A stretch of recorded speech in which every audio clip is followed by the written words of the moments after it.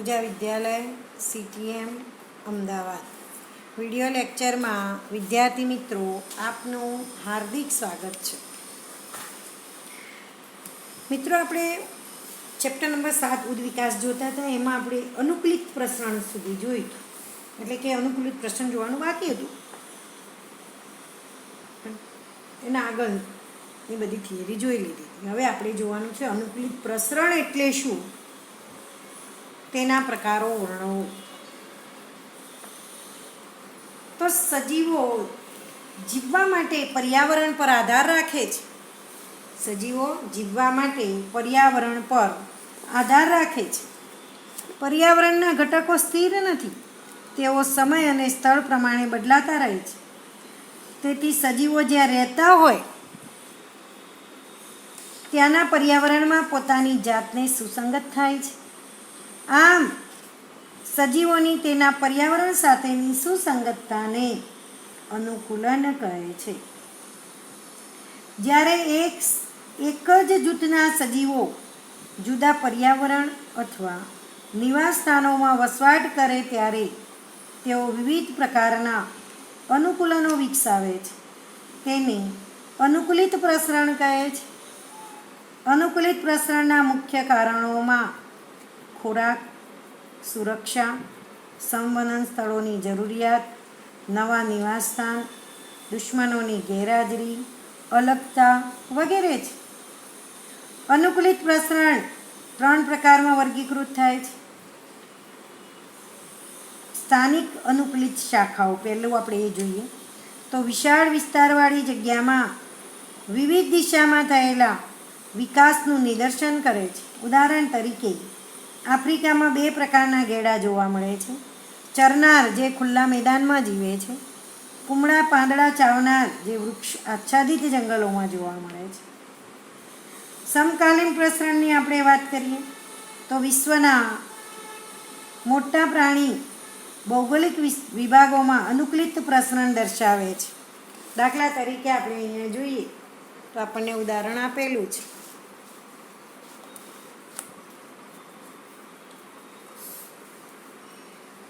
Darwin તેના પ્રવાસ દરમિયાન ગેલાપાગોસ ટાપુ પર પહોંચ્યો, જ્યાં તેને નાના કાળા પક્ષીમાં વિવિધતાનું અવલોકન કર્યું। ફિંચ કહેવામાં આવે છે। ત્યારબાદ આ પક્ષી ડાર્વિન ફિંચ તરીકે ઓળખાયું। ડાર્વિને આ જ ટાપુ પર ઘણી બધી ફિંચીસ જોઈ તેણે અંદાજ મૂક્યો કે બધી જ જાતો તેની જાતે જ ટાપુ પર ઉદ્વિકાસ પામી છે। મૂળભૂત ફિંચના બીજઆહારી લક્ષણો સાથે સાથે તેને અન્ય સ્વરૂપો માટે પણ તેની ચાંચ ઉદ્ભવી, જેમણે તેમને કીટભક્ષી અને શાકાહારી ફિંચ બનાવી દીધી। હવે જો બધાની ચાંચનો આકાર જુદો જુદો છે। ફિંચની ચાંચમાં વિવિધતા ગેલાપાગોસ ટાપુ પર ડાર્વિને જોઈ, તો અનુકૂલન સાધેલું છે। બીજું છે ખંડીય અનુકૂલનની વાત છે। તો એક જ ભૌગોલિક ખંડમાં જીવતા ચોક્કસ વર્ગના સજીવોમાં ઉદ્વિકાસીય પ્રસરણ રેખાઓ દર્શાવે છે। ઉદાહરણ તરીકે ઓસ્ટ્રેલિયન માર્સુપિયલ, મોટાભાગના માર્સુપિયલ એકબીજાથી ભિન્ન હતા, પણ તે બધા ઓસ્ટ્રેલિયન ટાપુના મહાદ્વીપમાં વિકસ્યા હતા। જ્યારે અલગ ભૌગોલિક વિસ્તારમાં એક કરતાં વધુ અનુકૂલિત પ્રસરણ જોવા મળે તો તેને અપસારી ઉદ્વિકાસ કહેવામાં આવે છે। ઓસ્ટ્રેલિયાના જરાયુજ સસ્તનો પણ અનુકૂલિત પ્રસરણ દર્શાવે છે। આ પ્રકારના દરેક જરાયુજ સસ્તનો માર્સુપિયલ્સ, ઉદાહરણ તરીકે જરાયુજ વરુ, ટાસ્માનિયન વરુ, એ સમાન અનુરૂપ વિકાસ દર્શાવે છે। તો અહીંયા આપણને ઓસ્ટ્રેલિયન માર્સુપિયલનું અનુકૂલિત પ્રસરણ બતાવેલું છે। તમે જુઓ અહીંયા આ પણ દર્શાવેલું છે આપણને ઓસ્ટ્રેલિયન માર્સુપિયલ અને જરાયુજ સસ્તનોની અપસારી ઉદ્વિકાસ દર્શાવતી આકૃતિ। ત્યાર પછી આપણે જોવાનું છે જૈવિક ઉદ્વિકાસ અંગેના પ્રાકૃતિક પસંદગીવાદ અંગેના ડાર્વિનના મંતવ્યો સ્પષ્ટ કરવાના છે। જ્યારે વિવિધ ચયાપચય ક્ષમતા સાથેના સજીવોના કોષીય સ્વરૂપોની શરૂઆત થઈ ત્યારે પ્રાકૃતિક પસંદગીથી પૃથ્વી પર ઉદ્વિકાસ થયો હશે. ડાર્વિન ઉદ્વિકાસ માટે પ્રાકૃતિક પસંદગીને મહત્ત્વ આપે છે. સજીવોના નવા સ્વરૂપો પ્રગટ થવાનો દર જીવનચક્ર સાથે સંકળાયેલો હોય છે. ઝડપથી વિભાજન પામતા સૂક્ષ્મજીવો ઊંચી ગુણન ક્ષમતા ધરાવે છે અને કલાકોમાં લાખોની સંખ્યા પ્રાપ્ત કરે છે. ઉદાહરણ તરીકે આપેલ માધ્યમમાં વૃદ્ધિ પામતી બેક્ટેરિયાની વસાહત એ ખાદ્ય ઘટકોના ઉપયોગ કરવાની ક્ષમતામાં વિવિધતા ધરાવે છે. માધ્યમમાં ફેરફાર કરાય તો વસ્તીનો તે જ ભાગ બી બાકી રહેશે જે નવી પરિસ્થિતિમાં ટકી રહેશે. એક ચોક્કસ સમય દરમિયાન આ વસ્તીનું ભિન્ન રૂપ બીજા કરતાં વધશે અને નવી જાતિ તરીકે અસ્તિત્વમાં આવશે. આપણે કહી શકીએ કે બીની યોગ્યતા એ કરતાં નવી પરિસ્થિતિમાં વધુ યોગ્ય છે. પસંદગી પામવા અને વિકાસ માટે જનીનિક આધાર જરૂરી હોય છે. કેટલાક સજીવો બદલાતા પર્યાવરણમાં ટકી રહેવા વધુ અનુકૂલિત થયા હોય છે. શાખાકીય અવતરણ અને પ્રાકૃતિક પસંદગી ડાર્વિનના વિકાસના સિદ્ધાંતના ચાવીરૂપ ખ્યાલ છે. ત્યાર પછી લેમાર્કવાદ વિશે સમજૂતી આપી અને તેની ત્રુટિ જણાવો એવો પ્રશ્ન પૂછાય છે. તો લેમાર્કવાદના મુખ્ય મુદ્દા કયા હતા? તો એમાં પહેલો મુદ્દો હતો સજીવો અને તેના અંગો સતત કદમાં વધારો કરતા હોય છે. પર્યાવરણના દબાણ હેઠળ અંગોનો વિકાસ થાય છે, જળવાય છે. નંબર 2 છે જે અંગનો વપરાશ થતો રહે તેનો વિકાસ થાય છે. ન વપરાતા અંગો ઘસારો પામે છે અને નિષ્ક્રિય થાય છે. આમ સજીવ ઉપાર્જિત કરેલા લક્ષણો સંતતિને વારસામાં આપે છે. ત્રુટિઓની વાત કરીએ તો સજીવોના અંગો કે કદમાં વધારો કેટલાકમાં સાચો છે. ઉદાહરણ તરીકે ઘોડો, હાથી. સપુષ્પીમાં છોડ અને ક્ષુપ નાના કદ ધરાવે છે. વૃક્ષ જૂના હોવા છતાં વધુ કદ હોય છે. તેના ઉદાહરણમાં જીરાફની ડોકનું ઉદાહરણ સ્વીકાર્ય નથી થતું. વળી જે અંગોનો વપરાશ થાય તેનો વિકાસ થાય આ મુદ્દો પણ સાચો નથી. આ બધી એની ત્રુટિ છે. બીજું છે ભિન્નતાના વિકાસમાં ફાળા અંગે ડાર્વિનનો મત કયો હતો? તો ડાર્વિન થોમસ માલ્થુસના વસ્તી પરના કાર્યથી ઘણા પ્રભાવિત હતા. પ્રાકૃતિક પસંદગી વાસ્તવિક અવલોકનો પર આધારિત છે. વસ્તીનું કદ સ્થાયી છે, ઋતુકીય ફેરફારોને બાદ કરતા. કુદરતી સ્ત્રોત મર્યાદિત છે. વસ્તીના સભ્યો બહારથી સમાન લાગતા હોય પણ લક્ષણોમાં ભિન્નતા દર્શાવે છે. જો દરેક સજીવ મહત્તમ દરે પ્રજનન કરે તો વસ્તી વિસ્ફોટ થાય, પણ હકીકતમાં વસ્તીનું કદ મર્યાદિત જ રહે છે. આનો અર્થ એ છે કે કુદરતી સ્ત્રોત માટેની સ્પર્ધામાં જે ટકી રહ્યા તે પસંદગી પામ્યા. ભિન્નતા આનુવંશિક છે અને તે કુદરતી સ્ત્રોતનો વધુ સારો ઉપયોગ કેટલાક વસવાટમાં યોગ્ય રીતે અનુકૂલિત થયેલા માટે કરે છે, જે ફક્ત તેમને જ પ્રજનન કરી વધુ સંતતિ ઉત્પન્ન કરવા પ્રેરે છે. આમ સમય જતાં કેટલીય પેઢીઓ પછી ફક્ત જે ટકી રહ્યા હશે તે જ વધુ સંતતિ ઉત્પન્ન કરશે અને તેનાથી વસ્તીની લાક્ષણિકતામાં ફેરફાર જોવા મળશે. નવા સ્વરૂપોનો વિકાસ થશે. તો આપણે અહીંયા ડાર્વિનનો મત દર્શાવ્યો ભિન્નતામાં ને અનુલક્ષીને. હવે આપણે જોવાનું છે ઉદ્વિકાસની ક્રિયાવિધિ. ઉદ્વિકાસની ક્રિયાવિધિ જોવાની છે.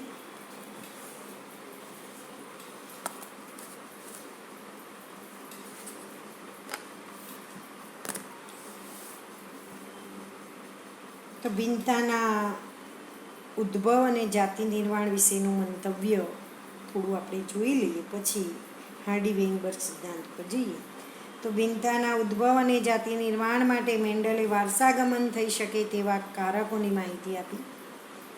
આ કારકો સજીવના સ્વરૂપ પ્રકારને અસર કરતા છે. ડાર્વિને આ સંબંધી કોઈ અભિપ્રાય નહોતો આપ્યો. હ્યુગો ધ વ્રીઝે 20મી સદીના પૂર્વાર્ધમાં ઇવનિંગ પ્રિમરોઝ પર કાર્ય કરી વિકૃતિ વિશે સમજૂતી આપી. તેમની માન્યતા પ્રમાણે વસ્તીમાં એકાએક જોવા મળતી ભિન્નતા વિકૃતિને કારણે હોય છે, જે ઉદ્વિકાસને પ્રેરે છે. ડાર્વિન નાની અને દિશીય ભિન્નતા પર ધ્યાન કેન્દ્રિત કરતા હતા. તે વિકૃતિ નથી.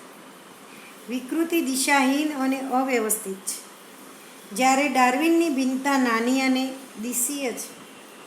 ધ વ્રીઝના મત પ્રમાણે વિકૃતિ જાતિ નિર્માણ માટેનું પરિબળ છે, જેને સેલ્ટેશન તરીકે ઓળખાવે છે. મોટી વિકૃતિ માટેનું એક પગલું કહેવાય. હવે આપણો પ્રશ્ન છે હાર્ડી-વેઇનબર્ગનો સિદ્ધાંત. પરીક્ષામાં પૂછાય છે, અગત્યનું છે અને પૂછાઈ ગયેલો પણ છે. હાર્ડી-વેઇનબર્ગનો સિદ્ધાંત. પરીક્ષામાં પ્રશ્ન કેવી રીતે પૂછાય છે? માર્ચ 2020માં પૂછાઈ ગયો છે આ પ્રશ્ન, એટલે ગઈ સાલ પૂછાયેલો જ છે આ પ્રશ્ન. હાર્ડી-વેઇનબર્ગ સિદ્ધાંત બીજગણિતીય સૂત્ર દ્વારા સમજાવો, અથવા હાર્ડી-વેઇનબર્ગ સિદ્ધાંત સમજાવો. તો આપેલ વસ્તીમાં જનીનના વૈકલ્પિક સ્વરૂપો કે જનીન સ્થાનની આવૃત્તિ શોધી શકાય છે. આ આવૃત્તિઓ સ્થાયી અને પેઢીઓ સુધી સતત જળવાતી રહે છે.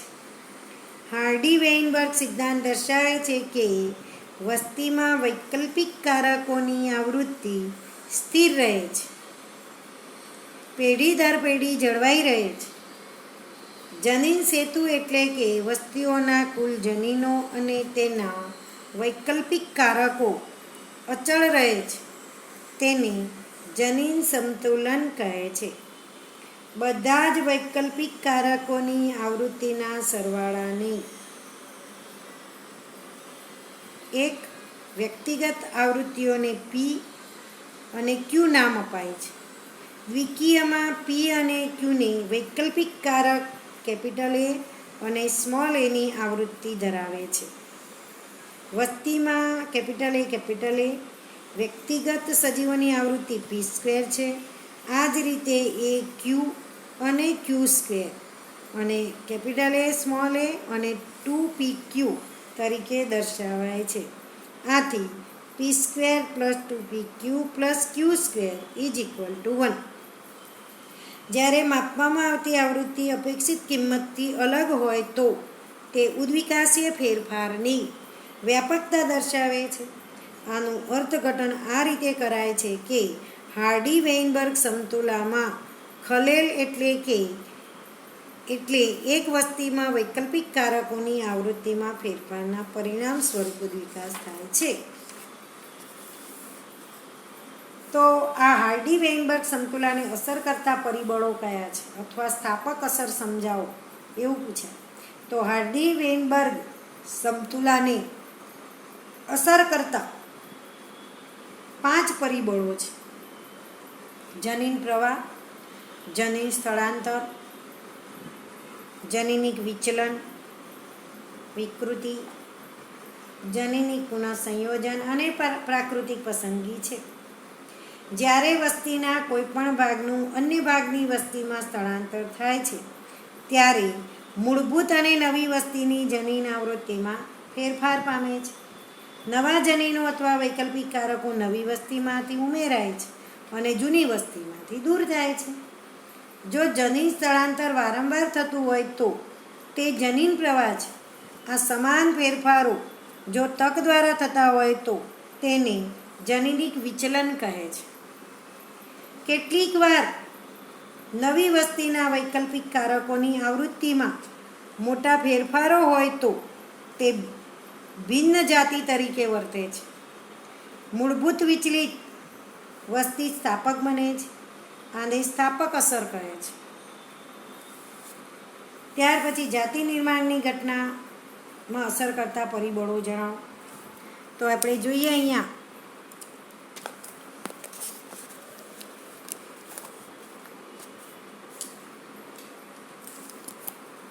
જાતિ નિર્માણની ઘટનામાં અસર કરતા પરિબળોની આપણે વાત કરીએ તો સૂક્ષ્મજીવો પરના પ્રયોગો દ્વારા જણાયું છે કે પૂર્વ અસ્તિત્વ ધરાવતી લાભકારક વિકૃતિઓ જ્યારે પસંદગી પામે ત્યારે તેના પરિણામ સ્વરૂપ નવા સ્વરૂપ પ્રકારો જોવા મળે છે. કેટલીક પેઢીઓ પછી તે જાતિ નિર્માણમાં પરિણમે છે. પ્રાકૃતિક પસંદગીની પ્રક્રિયા દ્વારા આનુવંશિક ભિન્નતાઓ જીવનને ટકાવી શકે છે. વધુ પ્રજનન ક્ષમતા દ્વારા વિપુલ સંતતિ ઉત્પન્ન કરે છે. જનીન પ્રવાહને કારણે જે જનીનિક વિચલનને કારણે અથવા જનન કોષોના નિર્માણ દરમિયાન પુનઃસંયોજન કારણે સર્જાતી ભિન્નતા ભાવિ પેઢીમાં જનીનોની તેમજ વૈકલ્પિક કારકોની આવૃત્તિમાં ફેરફારમાં પરિણમે છે. પ્રાકૃતિક પસંદગી દ્વારા જોડીઓ પ્રજનનિક સફળતા વધારે છે અને નવી વસ્તી તરીકે સ્થાપિત થાય છે. પ્રાકૃતિક પસંદગી સ્થિરતા, દિશાકીય ફેરફારો અથવા ભંગાણજનક ઉદ્વિકાસ તરફ દોરે છે. ત્યાર પછી આપણો પ્રશ્ન છે, ઉદ્વિકાસનો સંક્ષિપ્ત અહેવાલ આપો. તો જુઓ અહીંયા, લગભગ 2000 મિલિયન વર્ષ પહેલાં પૃથ્વી પર કોષીય જીવનની શરૂઆત થઈ. આ ઘટનામાં અણુ, મહાઅણુ, અકોષીય રચના અને છેવટે કોષોનું નિર્માણ થયું હોવાની માન્યતા છે. કેટલાક કોષો પ્રકાશગ્રાહી રંજક દ્રવ્યો દ્વારા O2 મુક્તિ કરી શક્તિ મેળવતા ધીમે ધીમે બહુકોષીય રચના ઉત્પન્ન થઈ. 500 મિલિયન વર્ષ પહેલાં અપૃષ્ઠવંશીઓ ઉત્પન્ન થયા. જોજો આ બધો અહેવાલ લખવાનો, બધો સમય સાથેનો. 350 મિલિયન વર્ષ અગાઉ જડબાવિહીન માછલી, સમુદ્રની શેવાળ અને કેટલીક વનસ્પતિઓ 320 મિલિયન વર્ષ અગાઉ અસ્તિત્વ ધરાવતી હોવાની ધારણા છે. જ્યારે પ્રાણીઓ જમીન પર આવ્યા ત્યારે વનસ્પતિઓ જમીન પર ખૂબ જ પ્રસરેલ હતી. ભારે અને મજબૂત મીનપક્ષવાળી માછલીઓ જમીન પરથી પાણીમાં પાછી ફરી શકતી હતી. 350 મિલિયન વર્ષ પહેલાં 1938માં દક્ષિણ આફ્રિકામાં લુપ્ત થયેલ મનાતી મત્સ્ય શિલાકાંત મળી આવી હતી અને લોફિન્સ તરીકે ઓળખવામાં આવતી હતી, જેમાંથી પ્રથમ ઉભયજીવીઓ ઉત્પન્ન થયા. ઉભયજીવી એટલે જમીન પાણી બંને ઉપર રહેતા હોય ને, પણ તે દેડકા કે સાલામાન્ડરના પૂર્વજો હતા. ઉભયજીવીઓમાંથી સરીસૃપ ઉતરી આવ્યા, જે જાડા કવચવાળા ઈંડા મૂકતા, જે સૂર્યપ્રકાશમાં ઉભયજીવીના ઈંડાની માફક સુકાઈ જતા ન હતા. ત્યારબાદના 200 MY દરમિયાન ભિન્ન આકાર અને કદવાળા સરીસૃપો પૃથ્વી પર પ્રભાવશાળી રહ્યા. તે સમયે વિશાળ ત્રિઅંગી હાજર હતા, જે ધીરે ધીરે નાશ પામી કોલસાના ભંડારમાં ફેરવાઈ ગયા. લગભગ 200 MY દરમિયાન મત્સ્ય જેવા સરીસૃપો જમીનમાંથી પાણીમાં પાછા ફર્યા. દાખલા તરીકે ઇક્થિયોસોરસ. જમીન પર રહેલા સરીસૃપો ડાયનાસોર્સ હતા, જેમાં સૌથી મોટા એટલે કે ટાયરેનોસોરસ રેક્સ, જે આશરે 20 ફૂટ ઊંચાઈ અને કટાર જેવા દાંત ધરાવતા હતા. 65 મિલિયન વર્ષ પૂર્વે આબોહવાકીય ફેરફારોને કારણે ડાયનાસોર પૃથ્વી પરથી અદૃશ્ય થઈ ગયા. તેમાંના કેટલાક પક્ષીઓમાં ઉદ્વિકાસ પામ્યા. નાના કદના સરીસૃપોનું અત્યારે પણ અસ્તિત્વ જોવા મળે છે. પહેલાં સસ્તન છસુંદર જેવા હતા, તેમના અશ્મિઓના નાના કદના છે. સસ્તાનો અપત્યપ્રસવી હતા. સસ્તનો સંવેદનશીલ અને ડરનો સામનો કરવા માટે બુદ્ધિશાળી હતા. સરીસૃપોની સંખ્યા ઓછી થતાં સસ્તાનો પર પૃથ્વી પર પ્રભાવશાળી બન્યા. દક્ષિણ અમેરિકામાં ઘોડા, હિપોપોટેમસ, રીંછ જેવા સસ્તનો જોવા મળતા હતા. ખંડીય વિચલનને કારણે દક્ષિણ અમેરિકા ઉત્તર અમેરિકા સાથે જોડાતા આ પ્રાણીઓએ ત્યાં પ્રભુત્વ જમાવ્યું. ઓસ્ટ્રેલિયાઈ કોથળીધારી સસ્તાનો અન્ય સસ્તાનોથી સ્પર્ધાના અભાવને કારણે ટકી રહ્યા છે. કેટલાક સસ્તાનો જેવા કે સીલ, ડોલ્ફિન, વ્હેલ સંપૂર્ણપણે દરિયામાં રહેતા જોવા મળે છે. જીવંત સ્વરૂપોનો ઉદ્વિકાસ ભૌગોલિક માપદંડ પર તે સમયના સંકેતો નીચેના રેખાચિત્રમાં આપણને દર્શાવેલા છે. જુઓ, આ ગરોળીને બધું છે જ.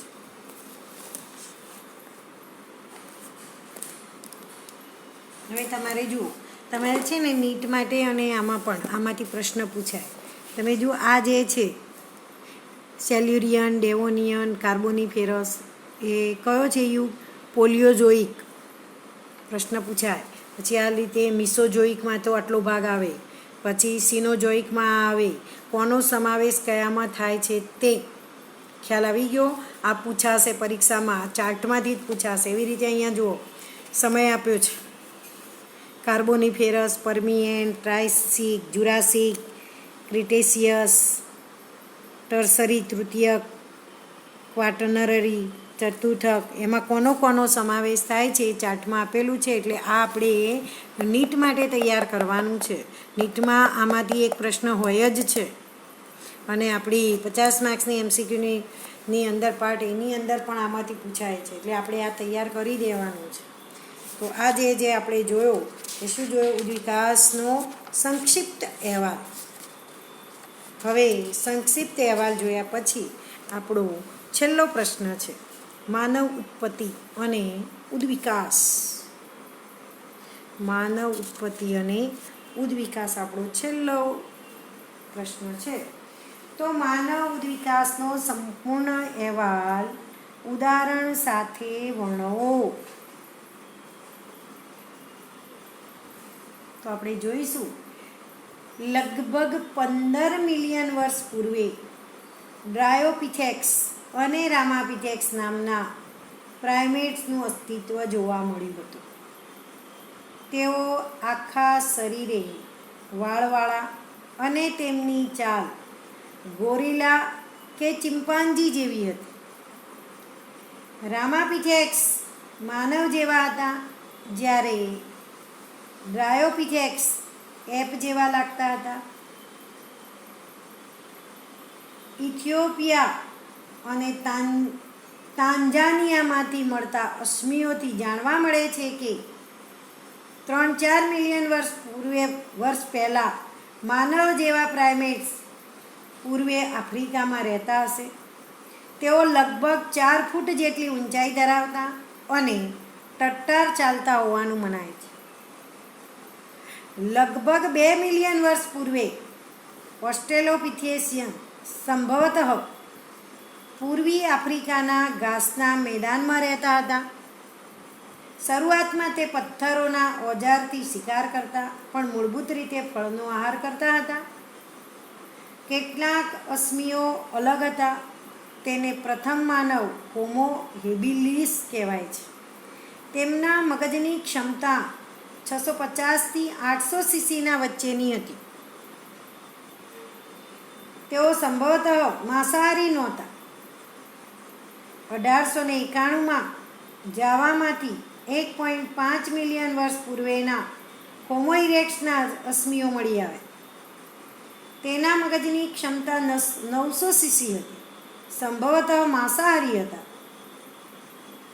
નિએન્ડરથલ માનવ 1400 સીસી મગજની ક્ષમતા ધરાવતા. 10,000 થી 40,000 વર્ષ પહેલાં પૂર્વે મધ્ય એશિયામાં રહેતા હતા. તેઓ શરીર પર ખાલ વીંટતા અને તેમના મૃતકોને જમીનમાં દાટતા હતા. 75,000 થી 10,000 વર્ષ અગાઉ હિમયુગ દરમિયાન આધુનિક હોમોસેપિયન્સ પ્રગટ થયા.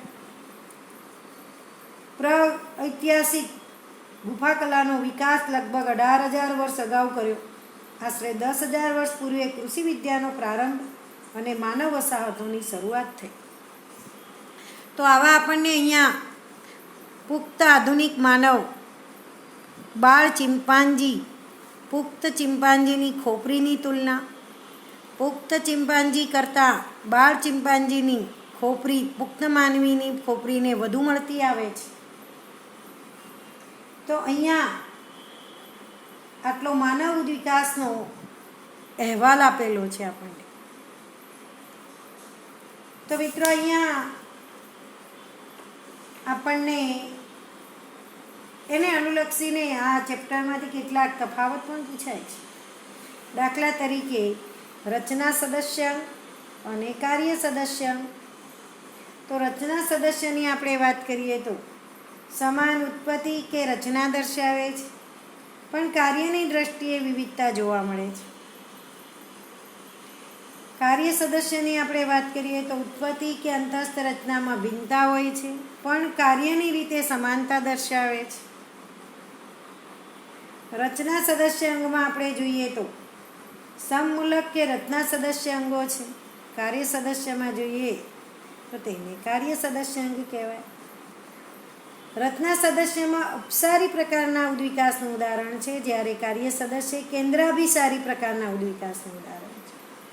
રચના સદસ્યમાં ઉદાહરણ લખવાનું મનુષ્યના અગ્ર ઉપાંગ અને પક્ષીની પાંખ, જ્યારે કાર્ય સદસ્યમાં આપણે લખીશું ઓક્ટોપસ અને સસ્તનની પાંખ. એવી જ રીતે આપણને વાદને અનુલક્ષીને તફાવત પૂછાય છે. પ્રાકૃતિક પસંદગીવાદ અને ઉપાર્જિત લક્ષણવાદ. તો પ્રાકૃતિક પસંદગીમાં આપણે લખીશું કે આ વાદના પ્રણેતા કોણ છે? ડાર્વિન છે. એમાં આપણે લખીશું બદલાતા પર્યાવરણમાં જે સજીવો અનુકૂળતા મેળવે છે તે પ્રાકૃતિક રીતે પસંદ પામે છે. આવા પસંદગી પામેલા સજીવો પ્રજનન દ્વારા સંતતિમાં વૃદ્ધિ કરી અસ્તિત્વ ટકાવી રાખે છે અને યોગ્ય તેમની ચિરંજીવિતા કહે છે. ઉપાર્જિત લક્ષણવાદમાં આપણે લખીશું કે જે લેમાર્ક દ્વારા આપવામાં આવેલો છે. સજીવો તેમના જીવનકાળ દરમિયાન કેટલાક લક્ષણો મેળવે છે જે વારસાગત રીતે વહન પામે છે. ત્યારબાદ લખીશું લેમાર્ક તેના વાદના સમર્થનમાં જીરાફની ડોકના સ્નાયુના વિકાસનું ઉદાહરણ આપ્યું હતું. ત્યાર પછી આપણે જોઈશું કે હોમો ઇરેક્ટ્સ અને હોમો સેપિયન્સ તો બંનેમાં શું છે. તો પહેલાં હોમો ઇરેક્ટ જોઈ લઈએ. તેના અશ્મિઓ જાવામાંથી મળી આવ્યા હતા, તેને જાવા મેન પણ કહે છે. 5 લાખ વર્ષો પૂર્વે અસ્તિત્વ ધરાવતા હતા. ચહેરો જોઈએ તો હડપચી વગરનો છે હોમો ઇરેક્ટ્સનો. આગ અને વિવિધ ઓજારોનો ઉપયોગ કરતા હતા, ગુફાવાસી હતા. હોમો સેપિયન્સ તો હોમો ઇરેક્ટ્સમાંથી ઉતરી આવ્યા હોવાનું મનાય છે. 75,000 વર્ષ પૂર્વે અસ્તિત્વ ધરાવતા હતા. બ્રહ્મર ભારે બાર ઉપસેલી હતી. ઓજારો વધુ કુશળતાપૂર્વક બનાવતા હતા. માનવ વસાહતોની શરૂઆત કરી એમણે. તો આ રીતે તફાવત પૂછાય તો આપણે લખી શકીએ છીએ.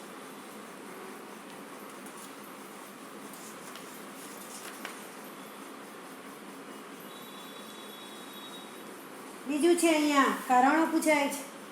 જીવની ઉત્પત્તિના વિવિધ વાદોમાં રાસાયણિક વિકાસ સૌથી વધુ સ્વીકૃત પામેલ છે. શા માટે?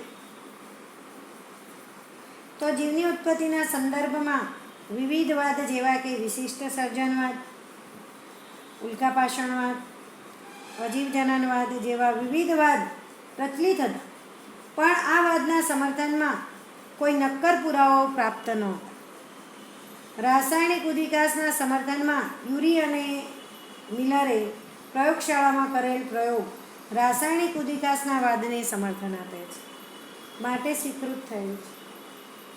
બીજું છે સજીવ તેના વ્યક્તિગત વિકાસ દરમિયાન જાતિ વિકાસનું પુનરાવર્તન કરે છે. તો આ ઓર્નેસ્ટ હેકલ દ્વારા આપવામાં આવેલ પૂર્વજન્યતા વર્તનવાદ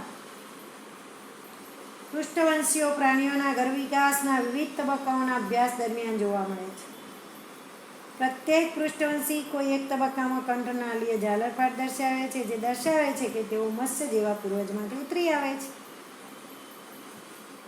આપણે પૂર્વજન્યતાવાદ કહેતા હતા ને આપણે કે દરેક સજીવ પોતાના ગર્ભ વિકાસ દરમિયાન જે તે અવસ્થામાંથી થોડો સમય પસાર થાય, કે જે અવસ્થામાં તેના પૂર્વજો લાંબા સમય માટે રહ્યા હોય અને આપણે શું કહેતા હતા? પૂર્વજન્યાવર્તનવાદ. અને અશ્મિ કોને કહીએ છીએ આપણે? તો ભૂતકાળમાં અસ્તિત્વ ધરાવતા સજીવોના મૃતદેહો, તેમની છાપ, કવચો ભૂમિના પેટાળમાં જળવાઈ રહે છે, તેને શું કહેવામાં આવે છે? અશ્મિ કહેવામાં આવે છે. આ કેન્દ્રાભિસારી અને અપસારીમાં તો કેન્દ્રાભિસારીની આપણે વાત કરીએ તો અંતસ્થ રચનાકીય દ્રષ્ટિએ સમાનતા ન ધરાવતા હોય પણ સમાન કાર્યો દર્શાવે તે કેન્દ્રાભિસારી કહેવાય. ભૌગોલિક વિસ્તારમાં કોઈ એક બિંદુથી શરૂઆત થઈ અન્ય ભૌગોલિક વિસ્તારમાં પ્રસરણ પામતી જુદી જુદી જાતિઓની વિકાસીય પ્રક્રિયાને શું કહેવાય? અપસારી પ્રસરણ. શું કહેવામાં આવે છે? અપસારી પ્રસરણ. તો આ બધી શબ્દ સમજૂતીઓ છે. તો